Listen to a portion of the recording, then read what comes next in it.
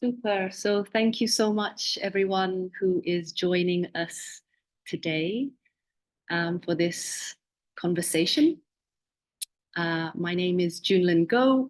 I am a co-founding director of Migrants and Culture, which is a migrant-led design agency that resources organizers and artists to build more creative and powerful social movements. I'm going to start with words that changed my life. All organizing is science fiction. When organizers imagine a world without poverty, without war, without borders or prisons, that's science fiction. So these words come from a compilation of short stories called Octavia's Brood, which was edited by the US social movement organizers and writers Adrienne Maree Brown and Walidah Imarisha. And these words mark the first time that science fiction made any sense to me. For me, it connected both the visionary yet highly detailed act of world building that takes place in the creation of fiction with what I believe organizers have and continue to do on the daily. So resisting the status quo that is killing us by imagining and building towards alternatives, by literally writing ourselves into the future. These words also became a source of inspiration for Migrants and Culture's Saturday School last year, which was a practice space in creative organizing in which 40 migrant organizers explored embodied leadership, science fiction writing, and design justice principles as strategic practices to help us embody, imagine, and design for border abolition. And as part of this program, we worked with Hanna, Thomas, Uose to explore science fiction in writing workshops with the involvement of Gracie May Bradley and Phil Crockett Thomas. And the enthusiasm towards this program and also to this conversation that we're having today has really encouraged us to dig deeper into cultivating our collective imagination as an already existing, necessary, and powerful resource for our movements, and to question very directly and pragmatically, how are we accessing and practicing creative writing as a transformative tool? So in this conversation, we're here to learn from generous and committed writers and organizers. And I'm just going to give a brief introduction to each of them because they will be introducing themselves in their own words. So we're joined with Gracie May Bradley, who was the former director of the pressure group Liberty and co-author of Against Borders, The Case for Abolition, which has been an absolute game changer for all of us in the migrant justice. So thank you for your work. Hanna Thomas Uose, whose debut novel, Who Wants to Live Forever, will be published in 2025 by Brazen Books and Hachette, and was the winner of the Morley Prize for Unpublished Writers of Color and a social and environmental justice consultant with Align. We are also joined by Phil Crockett Thomas, the editor of Abolition Science Fiction, which was also a great inspiration to us, who teaches sociology and criminology at the University of Stirling, and where her research focuses on social harm, justice, and creative and collaborative methods. Susan Butler, a writer, artist, and dramaturg whose debut novel, Signet, won the 2020 Writers Guild Award for the Best First Novel, and Yara Rodrigues Fowler, who was chosen as one of Granta's Best Young British Novelists in their Once in a Decade list, and who is also a climate justice organizer and whose books, Stubborn Archivist and There Are More Things, have been nominated for several awards. So we've got an amazing, amazing, amazing group of people gathered here. Thank you. And we'll be together for 1 hour and a half. And just as a layout of our time together, I'll be asking 2 rounds of questions to get to know our speakers better. and to hear from existing projects that use speculative writing practices to support frontline organizers. Then we'll open it up to the audiences. So please do type questions in the Q&A. Becca, our studio manager, who is on the screen now, will be looking through those questions, and then we'll close with a final round. So that's the layout. So without any further ado, let's get started. We agreed as panelists an order of hearing from Gracie, Phil, Susan, Yara, and then Hanna. And it would be great to hear from each of you a short excerpt of writing, and to give us a taste of why it is informative to you and why you write. I'll pass over to Gracie. That's great. Thank you so much, Joon-Lynn. Thank you for convening us. I'm really delighted to be together. I don't have much more to say by way of introduction about myself. I'm going to read a little bit from my short story Peacetime, which appears in issue number 13 of Salvage magazine, Give Dust a Tongue. And I'm not Keanu Reeves, but I have to say thanks to China Mieville for great editing on this one. It was really lovely to work with him. So here's a little bit from Peacetime. The First Minister was a multiply decorated woman. She'd grown up in the same city as Dorothea. She'd been an eloquent student radical. Not many people remembered that. Now she was festooned with medals, a veteran of 3 peacekeeping operations, 2 special ops drone extractions, and various presences in the global south. The usual lot had complained. The Shoreditch serial killer, one placard called her. But her media nickname was BGB, the boss of girl bosses. Have you been fantasizing about women ruling the world? A columnist had written when she won the election. Me too. Glass ceilings, final frontiers, layers of metaphorical barriers shattered, cracked, and gave. Her social team clinched it. Geopolitics, 7-step skincare, and matronly scolding. Bend over the state matriarch's knee. The First Minister was a multiply decorated woman, and, a week on from the other side generals flipping the switch, she may have been a boss, but she hadn't slept in 4 days, because when she did, she was mobbed by the dead. Babies, old people, young men with kind faces.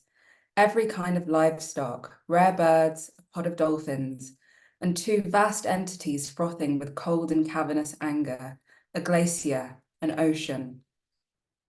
The First Minister was a multiply decorated woman in charge of alliance forces which, mad with sleeplessness and shame, were self-immolating, drowning, shooting, auto-fragging, and those who did not do such things to themselves did them to each other and to the civilians near them, and the civilians were doing them to each other too.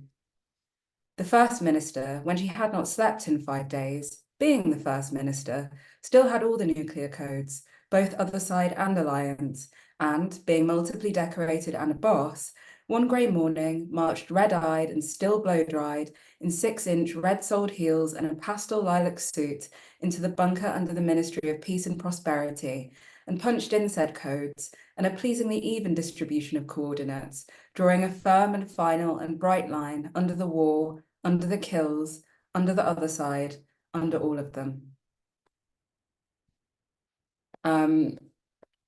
And I suppose that was me. Thank you. I mean, that was me, number one, working out a little bit what it is being a woman in a position of power, having been chief exec and having had to make decisions that make you very uncomfortable. But the other thing that's going on in that story is actually the main character is just trying to make some etchings. And I spent quite a lot of time just wanting to make some quite frivolous art of, you know, my day at Belhaven Bay or whatever. And you wake up to a hellscape. So I think for me, there's actually something about being able to work out stuff in my day-to-day with a bit of critical and emotional distance. That's what creative writing gives me without me having to write a memoir or stand up and say, I'm Gracie May Bradley and I'm worried about being a chief exec. But I'll leave that there. I want to hear from everyone else.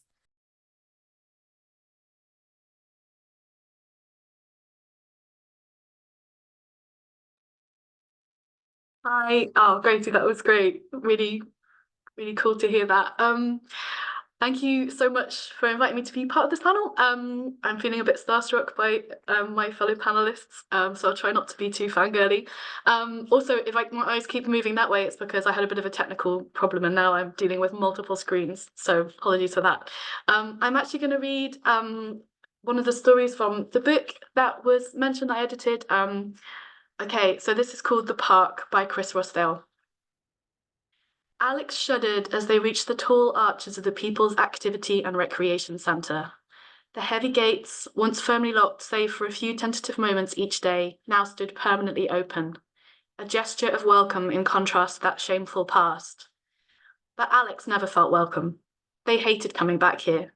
They did so only when the weight of social pressure overwhelmed an instinct to stay far away that had not diminished in the 25 years since the prison had closed. Like the others, the complex had been repurposed into a social facility, hosting classes, rehearsal spaces, a gym, and an outdoor performance area.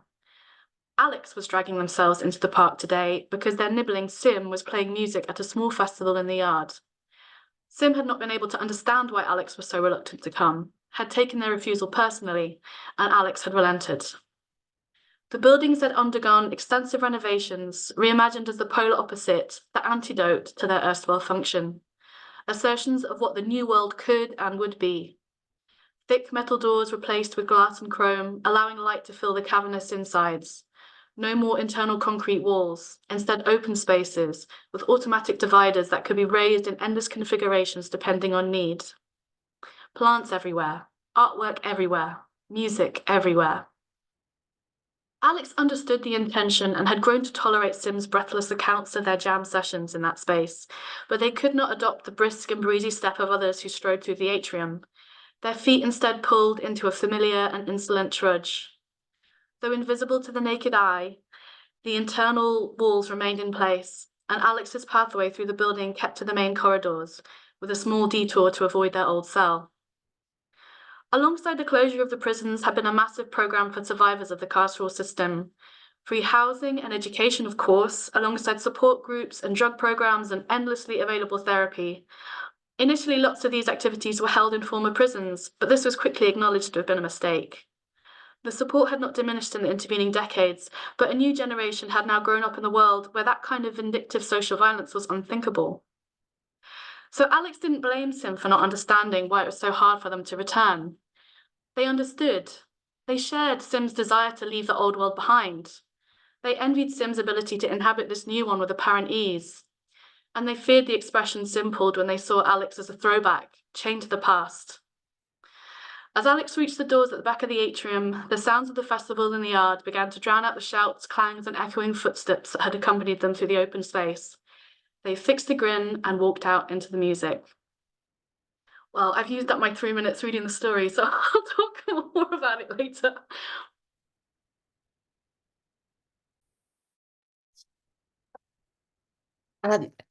Thanks so much for having me today. I really appreciate this invitation and for the opportunity to hear from the other panelists. I'm seasoned Butler. I think Joon-Lynn's introduction was pretty sufficient. I come to creative writing both as someone who did a practice-based PhD in creative writing, so I have my kind of analytical reasoning behind it, and then also as a creative practitioner. And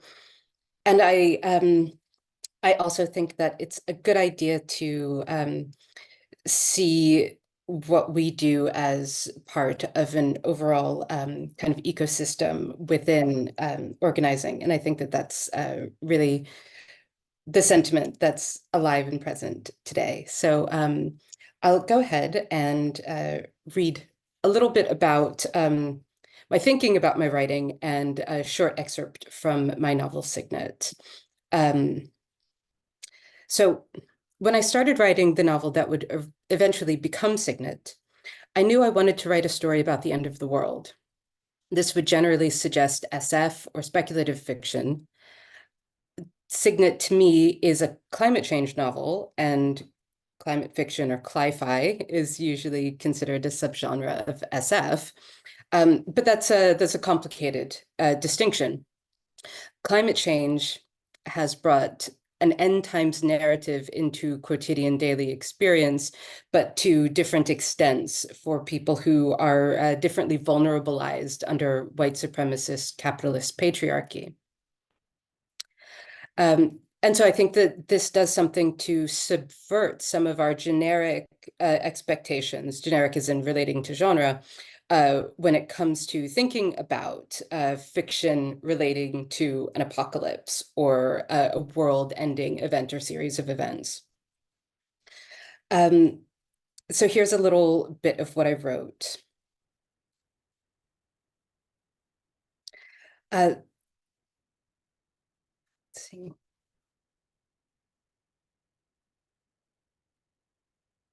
On good days, we would go for walks or sit together on the porch. My friend, the Duchess, had this funny habit where she made wishes over everything. Her wishes were always for something different. For the health of someone in her family, for her baby sister to go to heaven, for the war to end. Mine was always the same until one day she asked, "Is that what you really want? You must want something, even just some little thing just for yourself." That's my time.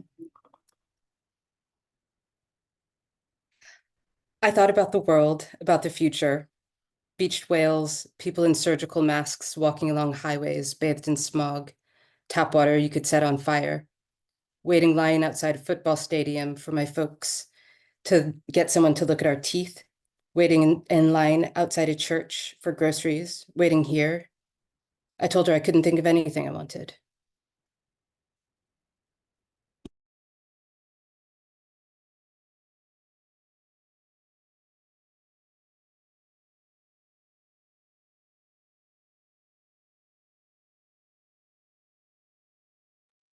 Okay, it's been handed over to me. Okay. Hello, everybody. Thank you so much for having me here. I'm also fangirling over the panel. I'm currently trying to get funding for a PhD to sort of outline and theorize abolitionist fiction in the UK. So loads of you have come up with my proposals that I'm writing, and when I'm trying to say like, hey, look, it's a real field. Let me write about it. So yeah, very cool to be here. And yeah, I'm a novelist, and I'm not really a sci-fi writer so far. So although my next book I think will involve some time travel. So what I'm gonna sort of suggest is that well, I'll just do my reading and then I'll say what I'm going to suggest, and we'll see how far I get in 3 minutes and how much I have to say afterwards. So what I'm going to read is not my writing. It's a short paragraph from Sterling Carrot Gold, which is a novel by Isabel Weidner. I don't know actually if I'm pronouncing that right, but I haven't done events with them. I'm just second guessing myself. But anyway, their work is very cool, and I think anyone on this call probably would be interested in it.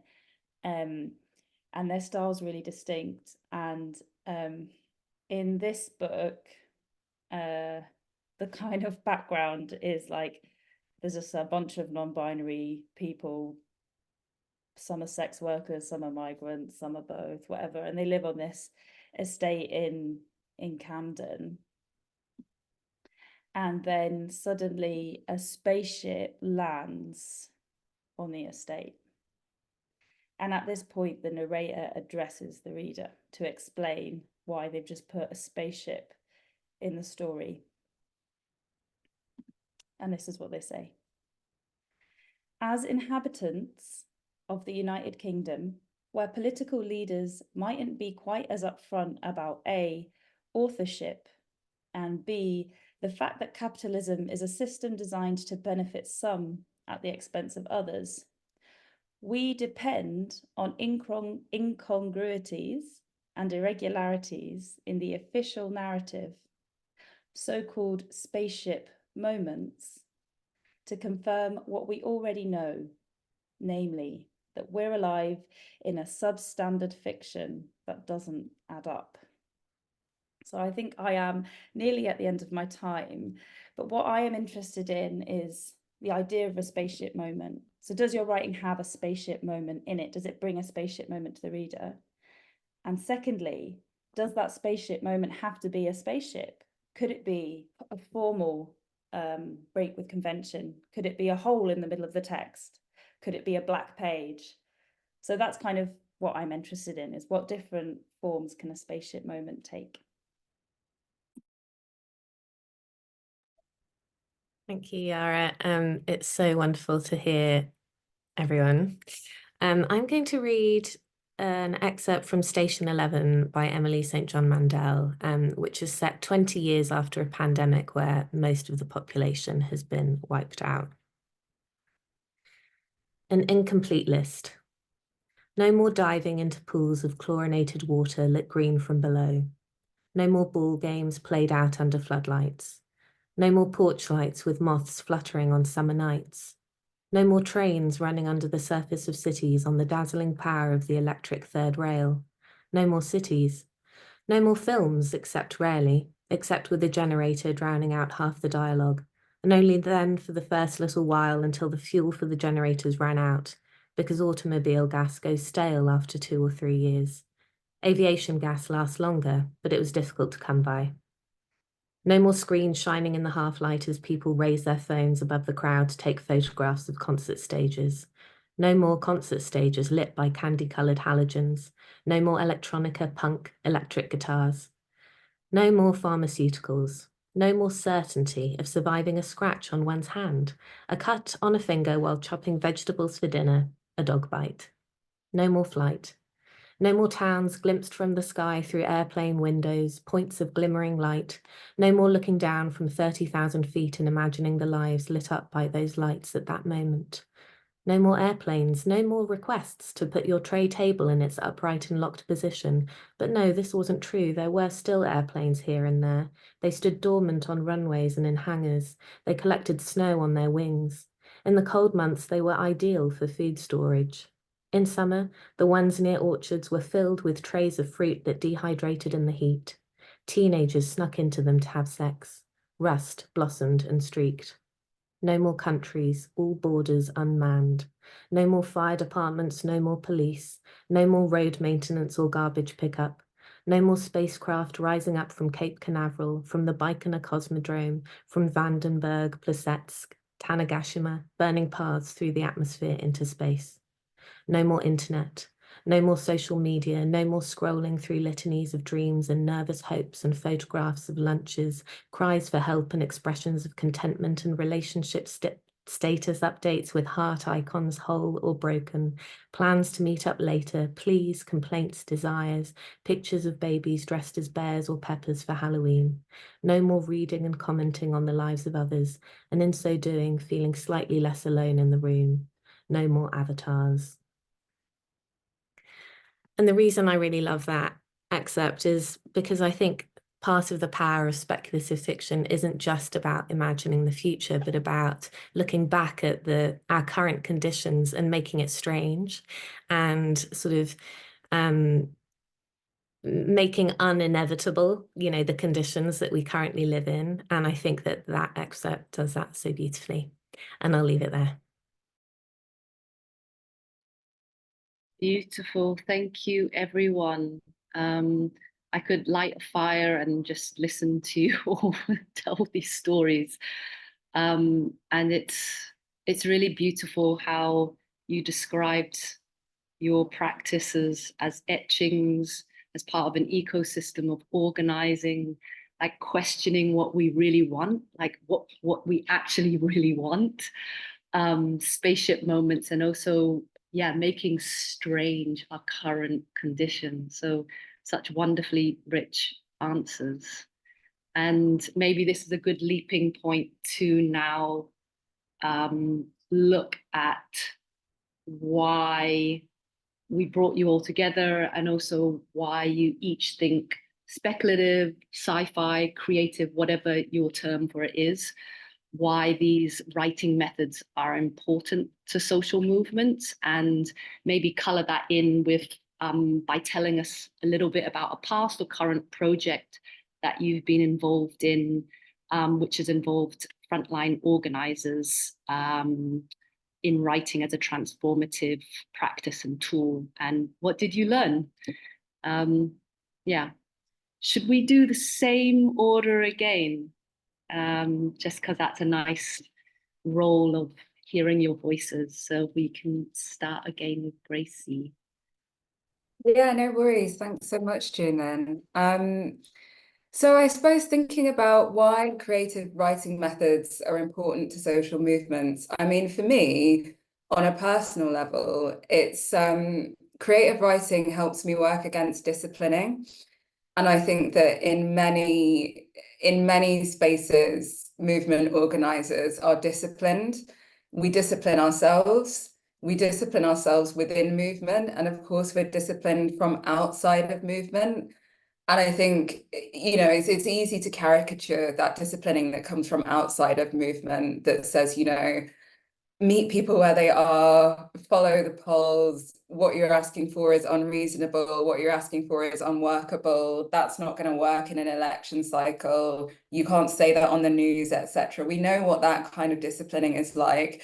But I'm very interested in the ways in which we discipline ourselves also. I mean, those of us that have had to do, you know, media, press stuff, etc., you have to kind of squash yourself into 3 key messages or 3 top lines. You really have to discipline yourself into what's going to cut through, what's going to be a great clip. And there's so much more to what motivates us to do this work.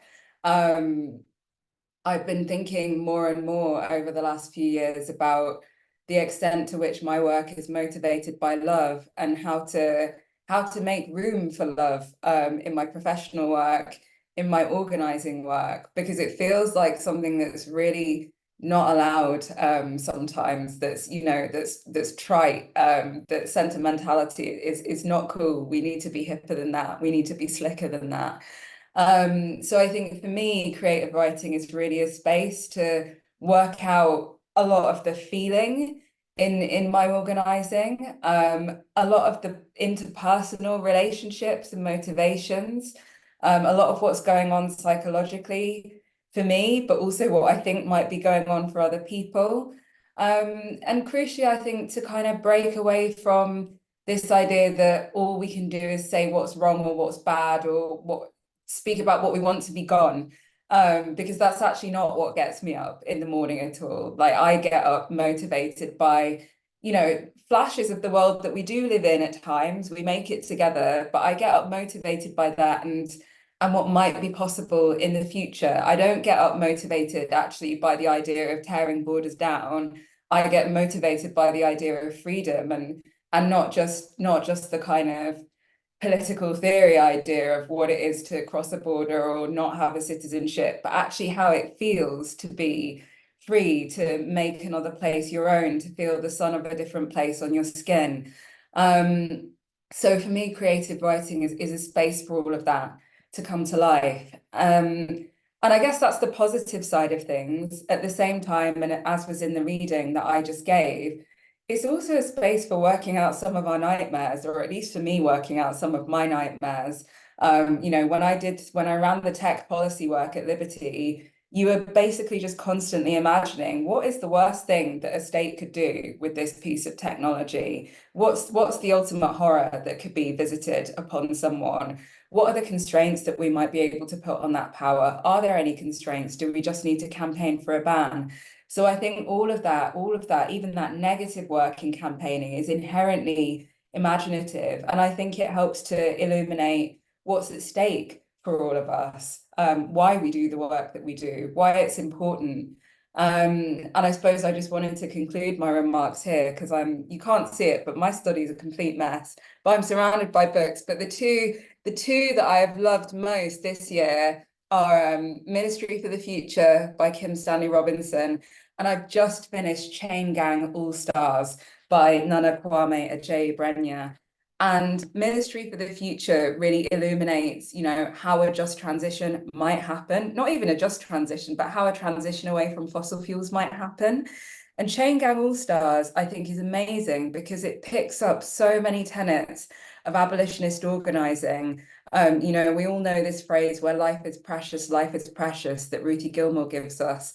And it animates it in a way that you couldn't imagine. I'm not going to ruin the story for anyone, but I think to see political theory brought to life in creative writing is it's just one of the great joys of my life. And I think that's what motivates me to keep doing what I do. I'll leave it there.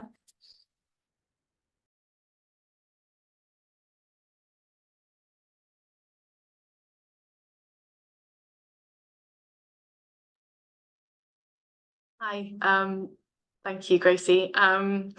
Okay, so firstly, the reason I chose Chris's story, it's always kind of interesting to work out which story you're going to share because they're all quite different in the book and they can sometimes shape the kind of conversation that can happen.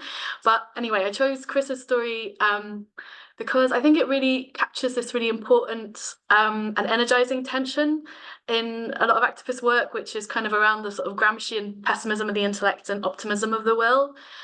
And, you know, I've kind of, in this work that I've been doing, kind of thinking about Ernst Bloch and this sort of idea of a dialectical move between imagination and praxis, and thinking about the role that creative methods can really play in that. You know, we need these visions and stories of alternative, better futures in order to sustain the like often very hard work that people are doing in the present. I also think that the imagination, well, I think about the imagination as something that's kind of shared rather than sort of individual and personal. And so it's kind of interesting to think about how kind of collective fictioning, which is how I've been thinking about the method that I've been using in this project, can be used to sort of tap into that kind of collective imagination through kind of creating a safe space where people can try out ideas into play without the kind of pressure of feeling like they're really pushing for something. So the book, the abolition science fiction book is an open access book, and it contains short stories and a poem and discussion chapters that were all created with activists and scholars working on prison abolition and transformative justice in the UK. The discussion chapter, the sort of stories are set into themes like prison break, critical utopias, which I can talk about later maybe. But the discussion chapters are kind of woven from our discussions, which I recorded, and really they're sort of an attempt at a kind of collective analysis of the problem and our ideas about the future. Joon-Lynn already mentioned, Octavia's Brood was a massive inspiration for me in kind of thinking about how this project might happen. I was kind of thinking about the complaint that it's really hard to find time to imagine, you know, and to propose an alternative when you're kind of fighting fire all the time, when you're dealing with the kind of much needed critiques of the current system. Kind of coming back to this idea of the collective imagination, I was kind of thinking about, you know, will the stories that these activists produce sort of evidence something that we might think of as maybe like the anti-carceral imagination? So I'm kind of playing with Rua Benjamin's idea of the carceral imaginary there. And also just to say that really, you know, in terms of my role, I'm not an activist, I'm a researcher.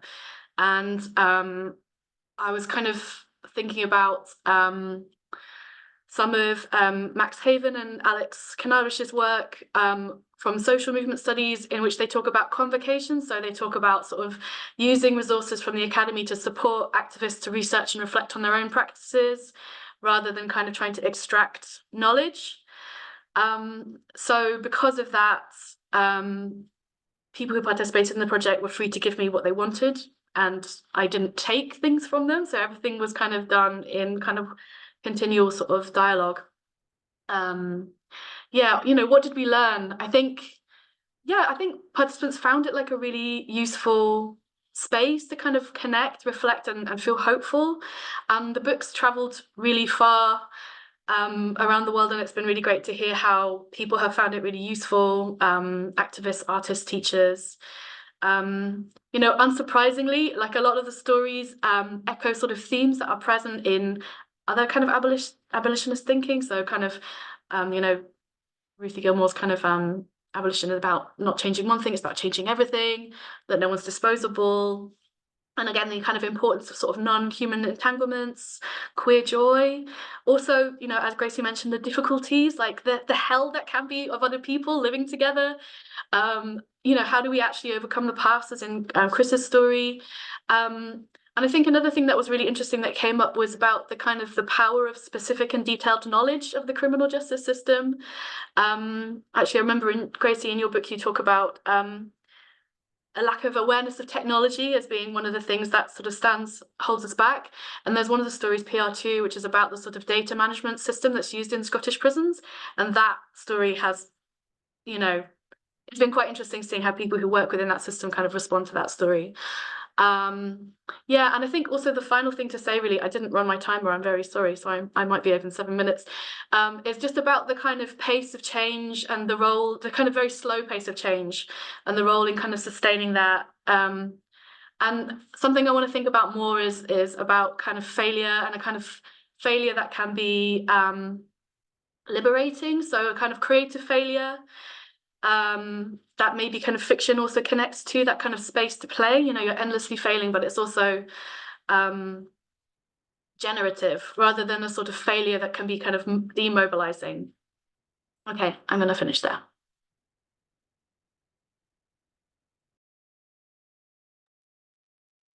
It's really great, thanks.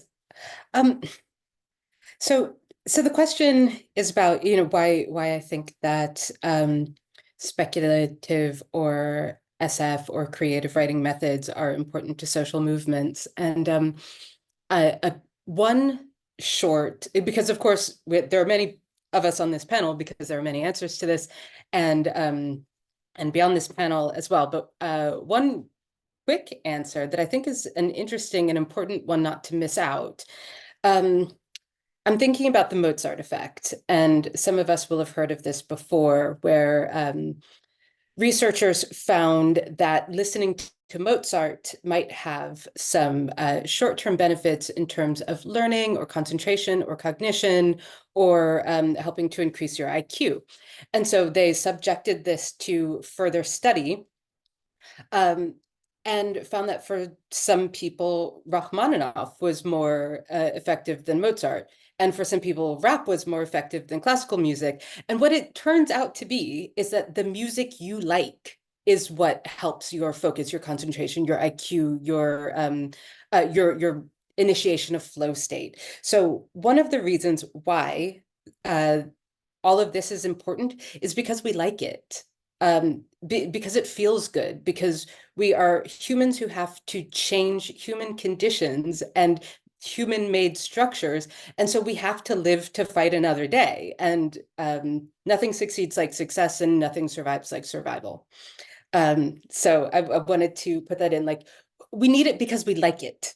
And one of the things that the Tories will do for us is to take away our access to the things that we like, and to tell us that all that we deserve are the things that we need. And so there's that stupid approach to education. Why does a taxi driver need to read Shakespeare? Because they're a person who likes Shakespeare. Nobody needs to read Shakespeare. Unless you are a person who likes Shakespeare. So one of the reasons that I once thought that speculative fiction might be important to the practice of social justice movements, I was really annoyed to find out that it wasn't quite what I thought it was, and that I was wrong about it, was the idea that reading fiction that contained pro-social material might lead to pro-social action. And I hate, in some ways, knowing that the science doesn't back that up, but also that many of my political enemies might love exactly the same stories that I love. That it is possible to read exactly what I read and still separate children from their parents at borders. You know, that burns my biscuits, but there's a little bit more to it. So narratology is the study of how narrative functions, how it functions on the page, how it functions in our brains, and the relationship between those things. There's a researcher, Dr. Suzanne Keen, who has a practice called the narratology of empathy that tests the assumption that I had, that a lot of us have, that pro-social fiction will lead to pro-social attitudes and therefore pro-social behavior. What she found is that that's not necessarily the case, that these things aren't necessarily correlated, but that motor mimicry is what really gets the messages to stick with us. And so I'm going to just quote here. Keen found that evocative imagery, rather than emotive or persuasive content, seems to be the key to generating empathy within a narrative, finding that, quote, a more vivid and absorbing story world may intensify the ethical effects of reading, where the injunction to walk in the shoes of a character may not. So you know, what we want to do is write in really, really vivid, juicy ways, which I think is exactly what fiction, rather than other forms, which are important, can really do. And I guess a final thought on this, I mean, and I have a lot of thoughts, is that what we find as authors, as well as within organizing, is that I'm going to back up a little bit.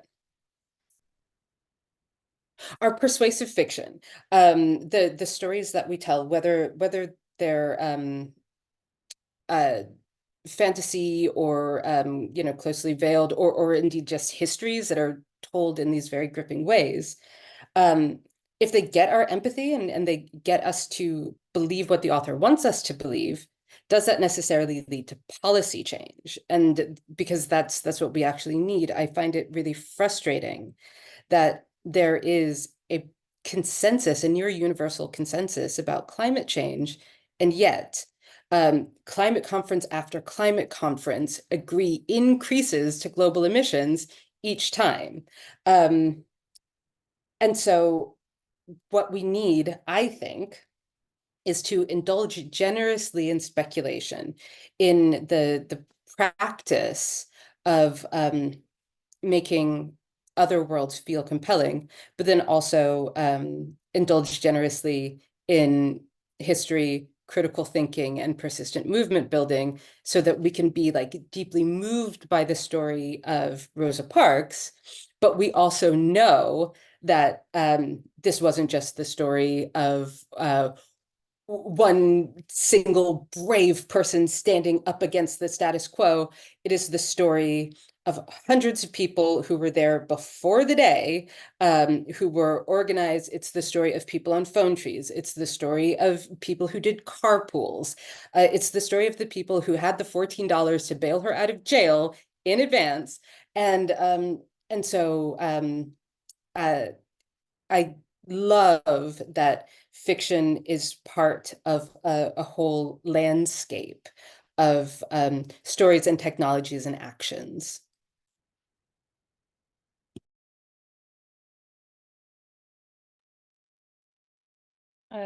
Thank you so much, Susan. That really, I think, has helped me think about where I'm going to start. But I'll just explain my perspective that I've sort of been thinking about this stuff from. So I've been organizing in sort of feminist climate justice, like proto-abolitionist, I guess, spaces for, I don't know, almost 10 years. But and writing for a similar amount of time. And my kind of critical thinking about creative writing has often been directed towards the industry rather than towards activists. So I've often been saying, you know, why aren't writers more organized? You know, you could write, you know, the politics of this book are liberal or incoherent. why why do we complain about our writing, our conditions, but we're not in our trade union? So I'm often actually bringing what can the writers learn from the social movements rather than the other way around, is how I'm often thinking about it. And in a way, I'm quite harsh about the value of the creative writing that people do if they don't have the politics, because it's very easy for writers, as they often do, to say, oh, I do this writing because I love it, do a couple of tweets and think that they're a hero in terms of movements, and also take this really individualistic approach, which is the value of my writing is so great because it humanizes one group or helps people empathize with that group. Therefore, I don't need to do BDS. So that's the kind of thing that I find very frustrating when I'm facing that way. So that's kind of partly to explain my perspective, I suppose, and to say that I think a lot of the things that we're talking about here in terms of speculative writing or sci-fi are things that fiction writers in general should be taking to their writing. So I can't remember what the phrase was that one of us used earlier, but this idea of making the stone stony, that's been in creative writing practices since 1917. The Russians were talking about it. And so every writer should be thinking about how they're representing our material conditions, what the politics of their text is, and people don't do that and they're not thorough. So I think that my first complaint is about what I think social movements have so much to teach writers, firstly. And then the second thing in my writing is I was thinking a lot, not just about the power of imagining a better world and of imagining big and small utopias. So kind of what Jose Esteban Munoz talks about in queer utopias. So queerness on the horizon. You know it's possible because you feel it when you're in the club dancing with your friends. You know it's possible because when you're having dinner with your friends, you feel it. So that was something I wanted to get across in my last book, There Are More Things, but also this idea of expanding the political horizon, which I think is particularly important in the age of neoliberalism.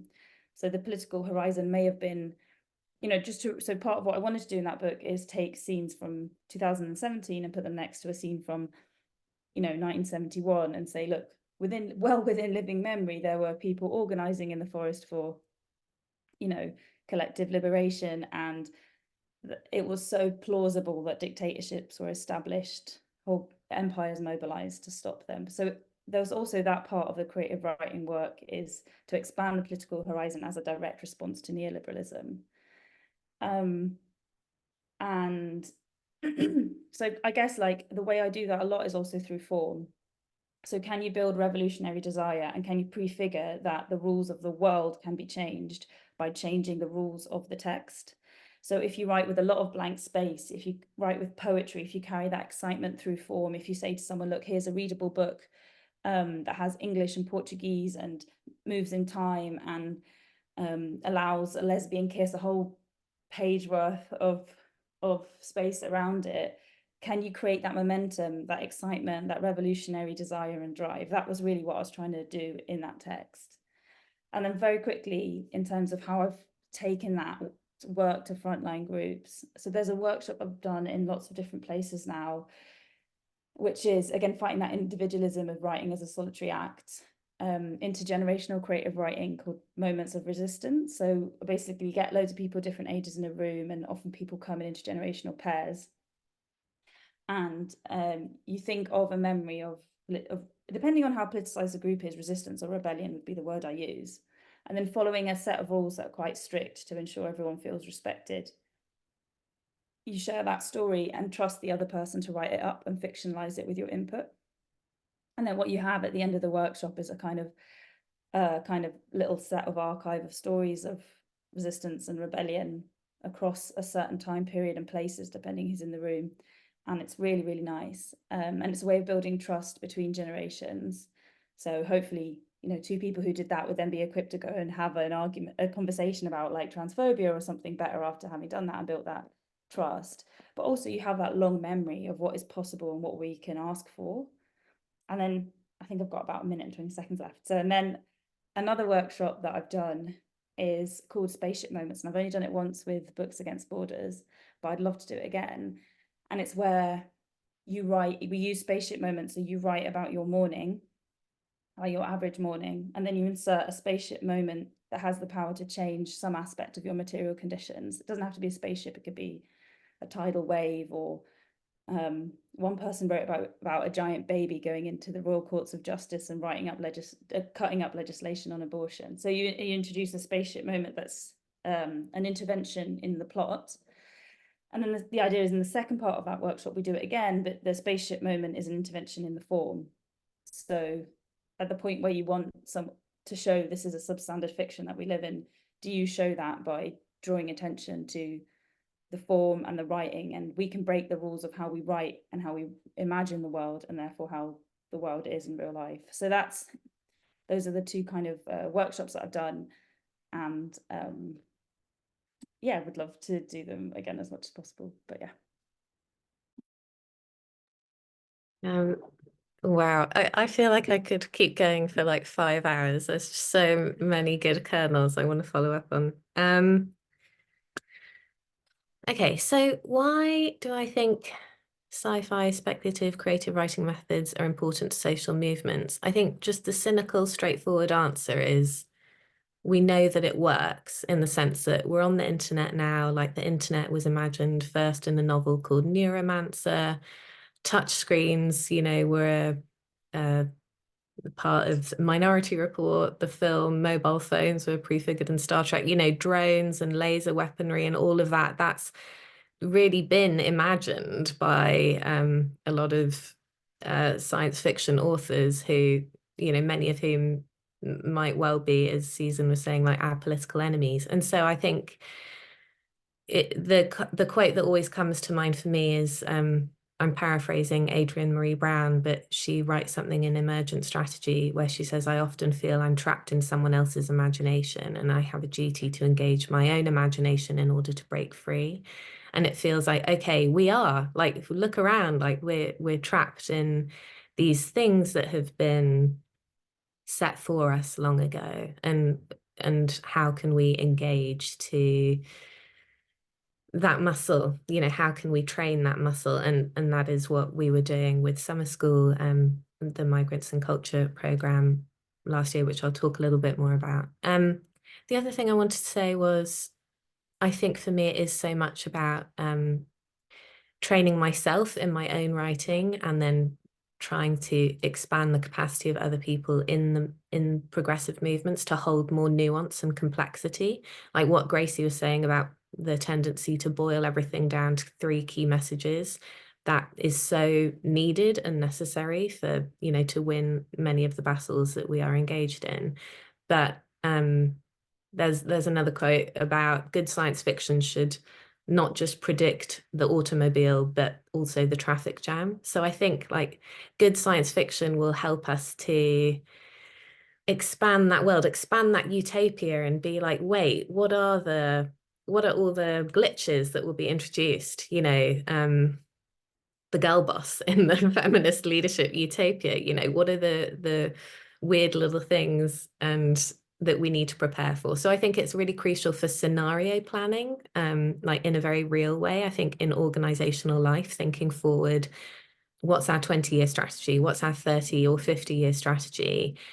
The only way you can do that is by engaging a much larger imaginative capacity than I think is currently allowed within nonprofit or life. And so, yeah, that's part of my own particular passion for it, and the ability to be propositional instead of reactionary, which I feel like we've been on the back foot, you know, as the left, or however we want to say, for the last decade or more. Just to say a bit more about summer school last year. So we ran 3, amongst some incredible other workshops around semantics and design justice, we also ran these 3 science fiction and creative writing workshops across the summer, which were about creative writing in the first instance, just building a practice. Did I say summer school? I meant Saturday school. Building a creative writing practice understanding science fiction as a genre. And then the third workshop was a sort of in-person role play and like communicating across generations. So thinking about our ancestors and our future descendants. But we also engaged with our future selves. So I think some nice homework potentially for people on this call is just to really sit with the question that we worked with in these workshops, which was think about what is the most liberated version of you in 20 years? And thinking that through, that personal question. And I think what Susan was saying about like, we need it because we like it. It's like being pulled by that vision of ourselves, the most liberated version. It tells us not only what we would like, but it tells us what the conditions are that could make that version of ourselves possible. So it has that sort of, I think engaging with the personal can help us engage with the structural and expand that political horizon, as Yara is saying, bring political theory to life. We also did some thinking about like what might a world without borders look like, and really trying to write towards that. And that was so interesting in the sense that I think as a group, there was some absolutely beautiful and incredible writing that came out of it. And also as a group, I think we found it really difficult.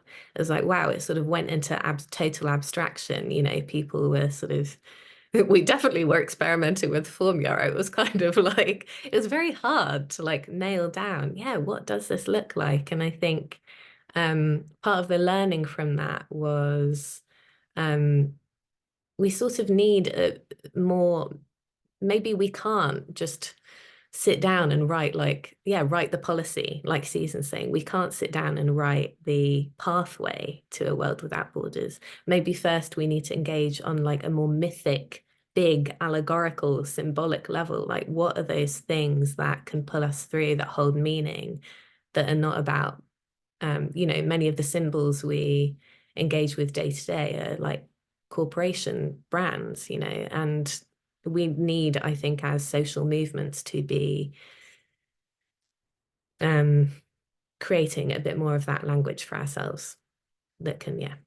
The other learning from that, I think, was just people coming away from those workshops and really having to confront, it can be very confronting how much we've internalized, you know, as people engage with social movements, how hard it is to step outside of internalized capitalism, internalized misogyny, whatever, internalized racism, and doing that work of decolonizing our imaginations, I think, is a deeply necessary thing. What else do I want to say? Another thing from those workshops is we had people who were fluent in many different languages, who'd come from lots of different backgrounds, and people who wrote in different languages. And I think that that was also beautiful in the sense that like different languages hold different possibilities and different futures and understandings of the world within them. So that's just something I think for me and Saturday School and the movement in general to think about, you know, how much space are we holding for the different futures and the different worlds that can emerge from a wider span of language. I think that's all. Yeah, I'm done. Great. Hit the time. Wow, thank you so much, each and every one of you. We've got a bit of time for questions, so just want to make sure that we can open it up. And Edith has the first question. They say, first, thank you for such amazing opening words and inspiring, empowering panel. I wanted to ask, and I know it's a bit of a general, broad question, but how can we insert speculative thinking and fiction into everyday practices rather than just artistic ones to imagine something else? And I just maybe want to like add a little bit to that, because I'm really aware that you all wear many hats and are in some ways applying, infiltrating, and influencing your daily practices with science fiction and speculative thinking. So I'm thinking about Hanna, I know you've done work with the UN and organizational development and really thinking about imagination. Gracie, I know so much of the stuff you're doing is about policy change and how, question how does creative writing then seep into policy writing? Also, Phil, you speak a lot about academia and that space. And also broadly speaking, Season and Yara as seasoned social movement activists as well. Like how does it apply to daily practices in these spaces? Does anybody want to take a bite of that?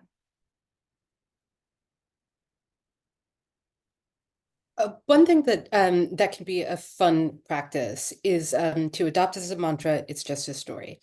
I don't remember which, was it Hanna who was mentioning that like we, how Adrienne Marie Brown was saying, you know, sometimes it feels like I'm trapped in someone else's imagination. And I was also thinking about China Mieville, who Gracie mentioned at the beginning of the panel, who said something like, we do live in a utopia, it just isn't ours. That everything is someone's, or you know, our reality is someone's utopian vision. And also that what we take for granted in our reality can be made strange, can be denaturalized and turned into merely a story. And so one of the things we can do there is to begin to recognize what's called thought terminating cliches. And so an example might be, well, the customer's always right. That's supposed to end the conversation, right? But one thing that you can do is go, okay, but so whose story is that? Whose ideology does that serve? What are the power dynamics? Like, what's the story here? So the implication is that someone is right and someone's wrong. So we've got like some characters. And the one who is paying money is the one who's right. Okay, so what does this remind me of? And then can I fight story with story? Like, you know, sort of maybe the service provider is more likely to be right because they have a bit more expertise here. Whenever anyone says, oh, well, that's just human nature, it's usually a thought terminating cliche. And we can think of tons of other examples where human nature will counter whatever it's human nature to destroy ourselves. Yeah, well, we've been around for lots of thousands of years. We haven't done it by now. Like, it's not very effective nature. It doesn't really sound very adaptive. Just an idea. Recognizing in your daily life thought terminating cliches is one like practical, applicable way of bringing story thinking into the lived experience of emancipatory action. Amazing. Go for it. Hanna and then Yara. Yeah, just to sort of a similar thought. I mean, I think the straightforward thought is definitely journaling, having some kind of daily writing practice where you get to ask yourself big questions and let your mind be wild and free, I think is the first answer. I think the bigger answer is that we engage in speculative thinking and fiction all day, every day. You know, like the economic system is like pure speculation and fiction. Like everything is teetering on these stories that have been written for us. But most of people's working lives are dedicated to keeping a certain set of fictions going. And so it's just like, which fictions do we want to turn our attention to? Is it the ones that maintain and uphold the status quo? Or is it ones that might start to build something new? Obviously, we're all trapped in, you know, the current system, so we all end up doing a blend of both. But yeah, that's also what I'd say. Like your imaginative capacity is there already and it's being engaged in different ways. I think it's just noticing where that might be.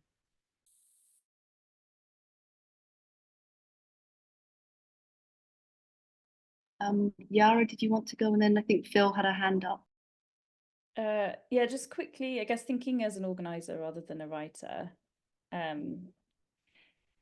I think it's, I suppose, curiosity and to seek out newness is really maybe another way of thinking about it. So I maintain a kind of curiosity about different organizing practices that other people and groups do. And again, I see intergenerationally how rich it could be if we had more intergenerational dialogue around organizing practice.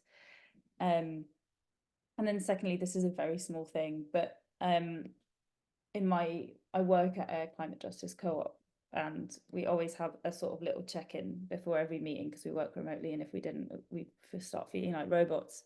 But one that I always ask is like, what's your role in the commune? And that's just a very small way of asking everyone to imagine themselves knitting all day or looking after the vegetables.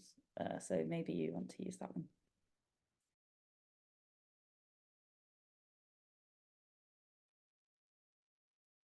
Yeah, just quickly to add, I think I would have answered this question differently before I had a kid, because now I regularly spend a lot of time being Rompus Bompus, which is an extremely mischievous cat that likes to fuck things up, and that is very fun to do, so heartily recommend. But actually to kind of pull on my kind of academic identity, there's actually like really interesting kind of approach from a sociologist called Harold Garfinkel, and he developed these breaching exercises, and they were basically ways of defamiliarizing the familiar that kind of Yara was talking about, this making the stone stony, but to do in your daily life. So things like not kind of articulating it verbally, but kind of going home to your house and trying to imagine that you're a lodger, not a member of the family, just like things like that. And the idea is obviously not just to kind of mess with people, but to kind of try and recognize the kind of commonplace assumptions and the kind of social norms and rules that are governing your life. Yeah, so that could be fun. I used to get my students to do it, but now I've realized that it can lead to tricky situations, so I no longer advise it. I can also share something because actually Hanna, for Migrants and Culture, led 2 workshops, and it was really about visioning our next 3 to 5 years. And so Hanna facilitated our team to really think about what do we want for ourselves. And it was based on that question of what is the most liberated version of yourself doing in 20 years? And we started with ourselves, not the organization, to find what was our common linkages and visions together.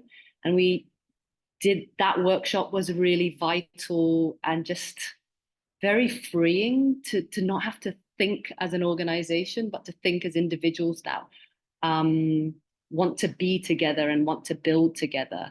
And that then led us to thinking about what were the common questions and themes. And we circled around that. And from that, we actually did develop a 3-year plan. So yeah, from an organizational point, it was very practical, but it began with our deepest desires.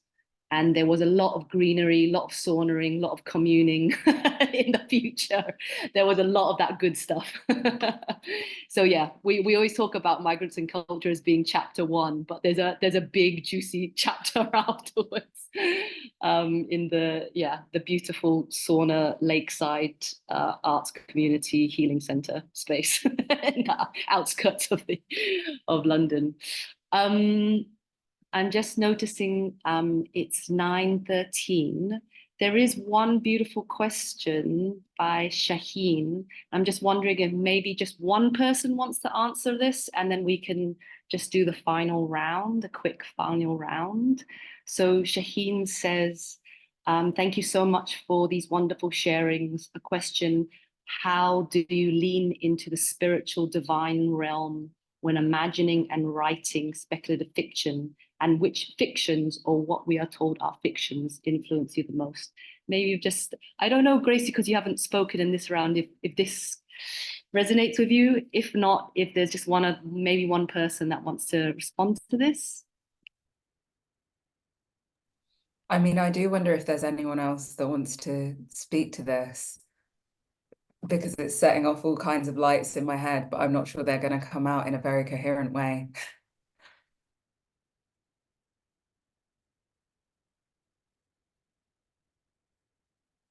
And maybe, Shaheen, this question is so profound and deep, it might need another conversation.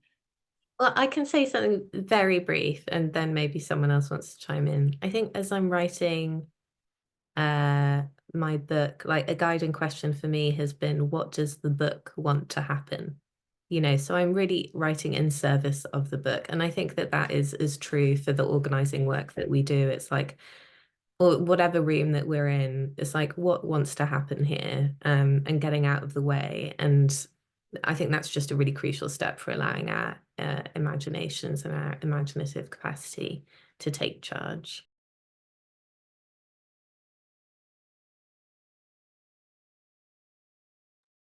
Amazing. I think let's go to the final round and we'll just have a short burst from each of the speakers.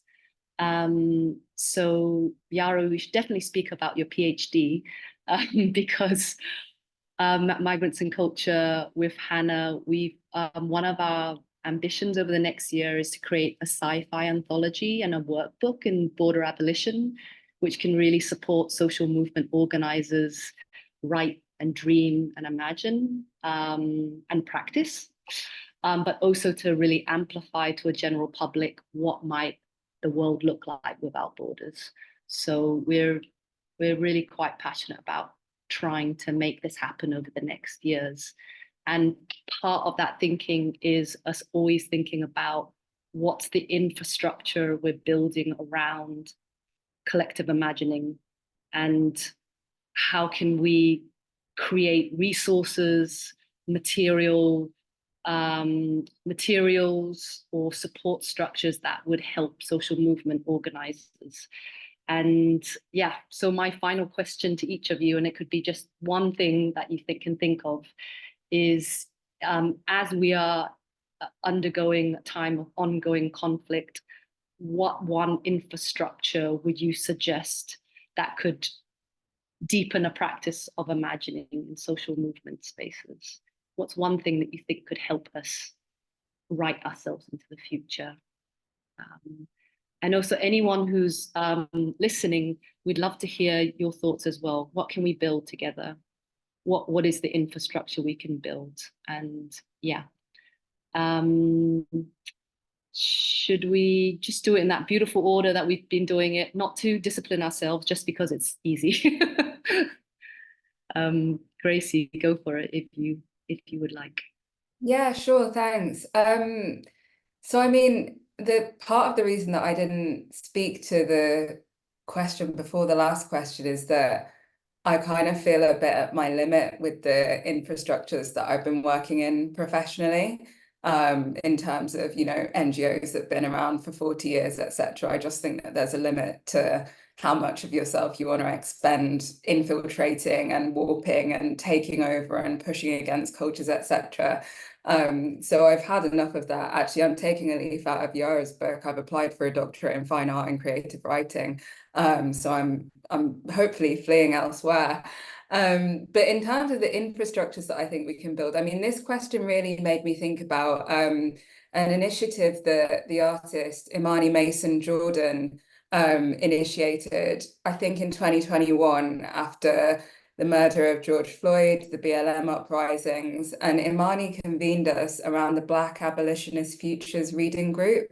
So this was kind of incubated by Abolitionist Futures, the collective, but it took the reading list, kind of an 8-week series of readings. It took that and it transposed it specifically to responding to that post-George Floyd moment. And it was a space that was specifically for Black people reading. And we were kind of lay conveners of it. So I was one of the conveners, but there were several of us. We hadn't done it before. We stayed in the same groups over the course of 8 weeks. And it was just, you know, when we think about the kind of professional spaces that we were maybe in, or the family spaces, or just wherever we were, it was somewhere completely apart. And it was really, really beautiful. And that's an experience that I haven't had before or since, but I think that that infrastructure was amazing. It wasn't something that needed to last forever, but I think has shaped my practice for a really long time. And I suppose the other thing that this question made me think of was, obviously, I do love to hijack and infiltrate what's already there. You can't help doing it. But just asking to change the form of the contributions that we're asked to make. So quite often someone will ask me to contribute, you know, a policy text or an essay. And there've been a few times now where I've said, can I submit a poem? Can I submit some fiction? You know, the fiction that's in Against Borders came because our editor, Rosie Warren, said, could you just write a sketch of a borderless world, please? And we were like, damn, okay, Rosie. So I think making those invitations to one another and kind of creating them for ourselves wherever we can, I think that's really important going forward. Amazing, Gracie. Yeah, I think to say just one thing, it would be about creating robust infrastructures for knowledge sharing. So, and actually, like, I think one of the tensions that we didn't really talk about that also exists is sort of between academics and activists and different forms of knowledge, different accesses to time and resources. And that's something that obviously my project kind of hit into. Of course, many activists become academics. Again, interesting in terms of what that kind of then does to their activism and how it facilitates it or dampens it in different ways. Yeah, because I was just thinking about the kind of power of specificity, if only I could say that word, and detail, and in terms of kind of deepening a practice of imagining futures, kind of, and just from like, you know, going to writing workshops specifically on sci-fi and just seeing how much research people who, you know, fiction writers of sci-fi do in order to kind of build their worlds, and just kind of trying to kind of give, I guess, more attention, more space to world building when we as activists or people working against various systems try and take on that technique.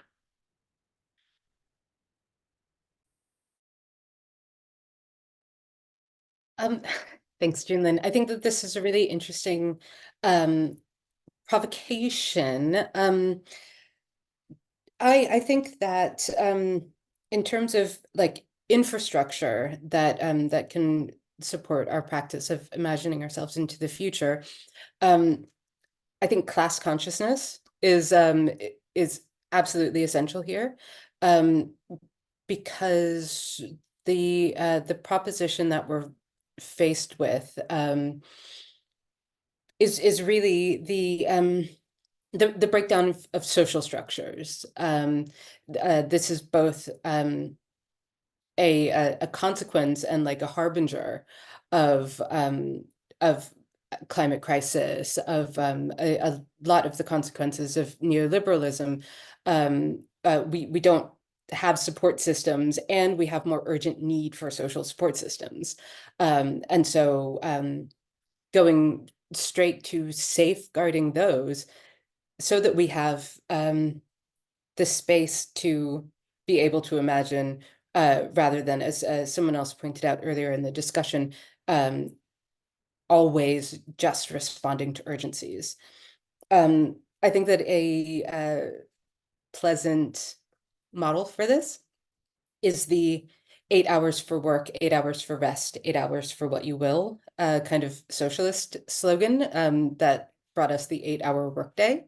That if we can think of ourselves as political, as creative, and as sleeping, then this can be you know, sort of maybe a reasonable way of organizing our personal capacities in terms of what we can do, a balance of speculation, kind of grassroots engaged coalitional action, and knowing that like we have to step away. I thought it was really important that Gracie brought up the fact that, you know, when we're engaged in this kind of activity, we're having to look at these nightmare scenarios. We're having to look at the horrors, and remembering that that we also need to like close our eyes and not do either thing, neither speculation nor phone trees and leafleting and that sort of thing. So that's my proposition about infrastructure.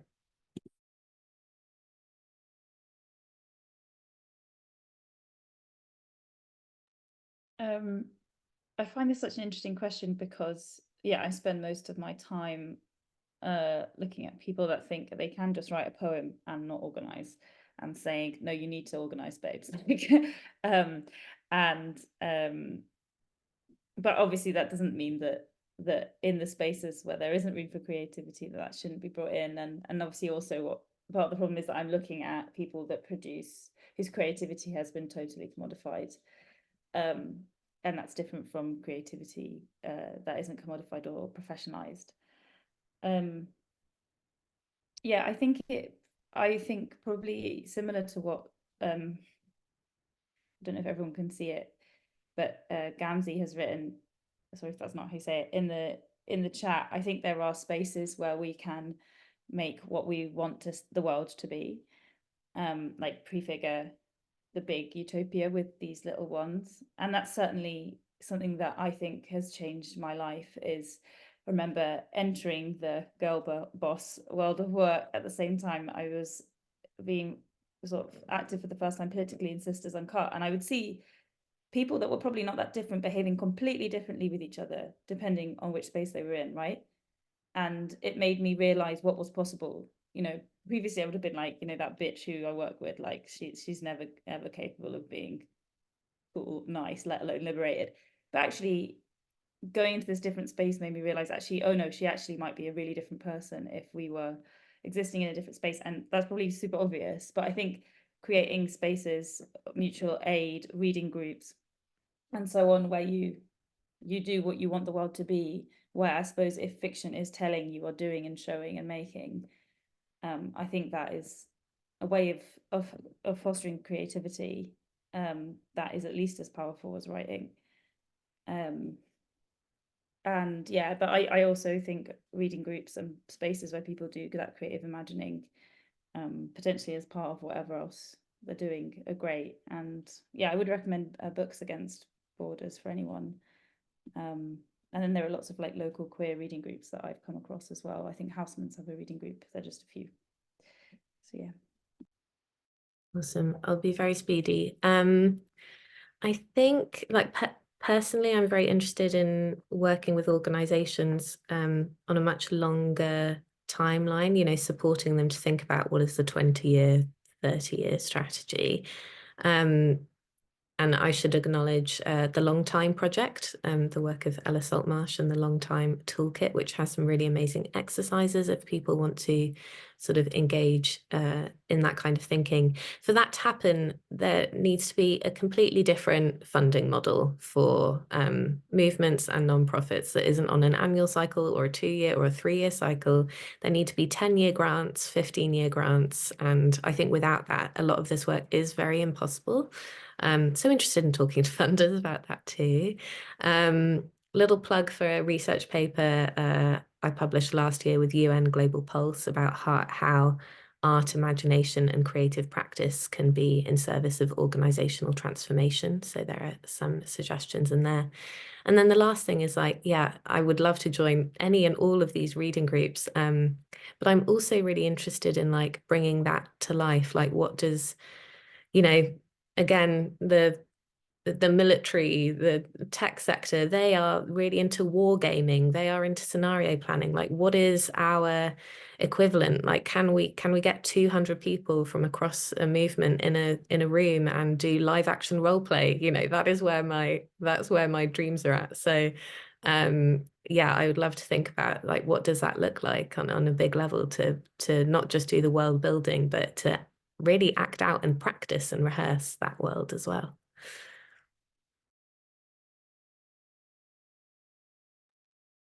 Amazing, amazing, amazing, amazing. Loved everyone's suggestions. There's so much depth there, from really internal personal practices to informal spaces, organizational building to, yeah, a bigger level role play. Becca is a role play queen as well, so I'm sure we can do some research via Becca as well. We are on 9:30. I think Becca is sharing some socials. Becca, have we got all the speakers' socials as well that we can share so everyone can follow them? Yeah, so all that is left is to really give the biggest thank you to our very, very generous and committed organizers, writers, and thinkers, Gracie, Phil, Season, Yara, and Hanna. Thank you so much for your your critical thinking and the visionary way that you are building worlds. Thank you, Becca, for supporting us with tech, and also to the Joseph Rowntree Foundation Imagination Fund for helping us pull this talk together, and to everyone who is here. Yeah, from a very cursory look at the guest list, there is many peers in this room who are doing the exact same work. So hoping that we can do more together. Thank you very much. Thank you. And just a note to say, we'll send out the recording and any resources in our newsletter as well. Big up Becca and Joon-Lynn, thank you so much for organising this. You're amazing. Thank you all.